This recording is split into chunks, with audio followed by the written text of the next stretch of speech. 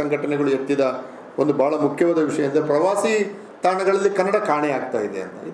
ಇದು ಭಾಳ ಈಗ ಪ್ರವಾಸಿ ಮೈಸೂರು, ಚಾಮುಂಡಿ ಬೆಟ್ಟ ಅಥವಾ ನಾಗರಹೊಳೆ ಅಥವಾ ಕೊಡಗು ಇಲ್ಲಿಗೆ ಹೋಗೋರು ಕನ್ನಡಿಗರು ಮಾತ್ರ ಅಲ್ಲ, ಬೇರೆ ಭಾಷೆಯವರು ಕೂಡ ಹೋಗ್ತಾರೆ. ಆದ್ದರಿಂದಲ್ಲಿ ಕನ್ನಡ ಮಾತ್ರ 100ಕ್ಕೆ 100 ಇರಬೇಕು ಅಂತ ನಾವು ಹೇಳೋದಿಲ್ಲ, ಯಾರೂ ಹೇಳಲ್ಲ. ಆದರೆ ಅಲ್ಲಿ ಕನ್ನಡವೇ ಇರಬಾರ್ದು ಅಂತ ಒಂದು ತೀರ್ಮಾನ ಯಾರಾದರೂ ಮಾಡಿದ್ದಿದ್ರೆ ಅದು ಅಪರಾಧ. ಆದ್ದರಿಂದ ಈ ಸೆಲ್ಫಿ ಪಾಯಿಂಟ್ಗಳಿರ್ತವೆ. ಸೆಲ್ಫಿ ಪಾಯಿಂಟ್ಗಳಲ್ಲಿ ಬೆಂಗಳೂರಲ್ಲಿದೆ ಐ ಲವ್ ಬೆಂಗಳೂರು ಅಂತ, ಮೈಸೂರಲ್ಲಿ ಇದೆ ಸೆಲ್ಫಿ ಪಾಯಿಂಟ್ಗಳು. ಅಲ್ಲೇನು ಚಂದದ ಒಂದು ಕನ್ನಡದ ಸಿಂಬಲ್, ಈಗ ಅರಮನೆ ಹಾಕಿ ಅಥವಾ ಜಗನ್ಮೋಹನ್ ಪ್ಯಾಲೇಸ್ ಹಾಕಿ ಅಥವಾ ಏನೋ ಒಂದು ಕನ್ನಡದ ಒಂದು model hockey I love Mysuru ಅಂತ ಫೋಟೋ ತಗೊಂಡು ಹೋಗಲಿ. ಸೊ ಸೆಲ್ಫಿ ಪಾಯಿಂಟ್ಗಳಲ್ಲಿ, ಪ್ರವಾಸಿ ತಾಣಗಳಲ್ಲಿ ಕನ್ನಡಕ್ಕೆ ಭಾಳ ಭಾಳ ಮುಖ್ಯವಾದ ಒಂದು ಅಸ್ತಿತ್ವ ಇರಬೇಕು.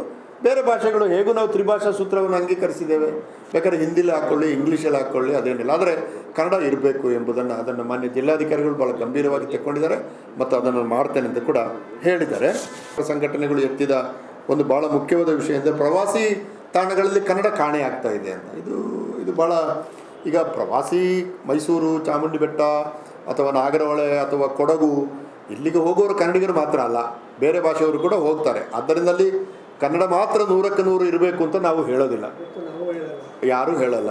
ಆದರೆ ಅಲ್ಲಿ ಕನ್ನಡವೇ ಇರಬಾರ್ದು ಅಂತ ಒಂದು ತೀರ್ಮಾನ ಯಾರಾದರೂ ಮಾಡಿದ್ದಿದ್ರೆ ಅದು ಅಪರಾಧ. ಆದ್ದರಿಂದ ಈ ಸೆಲ್ಫಿ ಪಾಯಿಂಟ್ಗಳಿರ್ತವೆ. ಸೆಲ್ಫಿ ಪಾಯಿಂಟ್ಗಳಲ್ಲಿ ಬೆಂಗಳೂರಲ್ಲಿದೆ ಐ ಲವ್ ಬೆಂಗಳೂರು ಅಂತ, ಮೈಸೂರಲ್ಲಿ ಇದೆ ಸೆಲ್ಫಿ ಪಾಯಿಂಟ್ಗಳು. ಅಲ್ಲೇನು ಚಂದದ ಒಂದು ಕನ್ನಡದ ಸಿಂಬಲ್, ಈಗ ಅರಮನೆ ಹಾಕಿ ಅಥವಾ ಜಗನ್ಮೋಹನ್ ಪ್ಯಾಲೇಸ್ ಹಾಕಿ ಅಥವಾ ಏನೋ ಒಂದು ಕನ್ನಡದ ಒಂದು model hockey I love Mysuru ಅಂತ ಫೋಟೋ ತಗೊಂಡು ಹೋಗಲಿ. ಸೊ ಸೆಲ್ಫಿ ಪಾಯಿಂಟ್ಗಳಲ್ಲಿ, ಪ್ರವಾಸಿ ತಾಣಗಳಲ್ಲಿ ಕನ್ನಡಕ್ಕೆ ಭಾಳ ಭಾಳ ಮುಖ್ಯವಾದ ಒಂದು ಅಸ್ತಿತ್ವ ಇರಬೇಕು.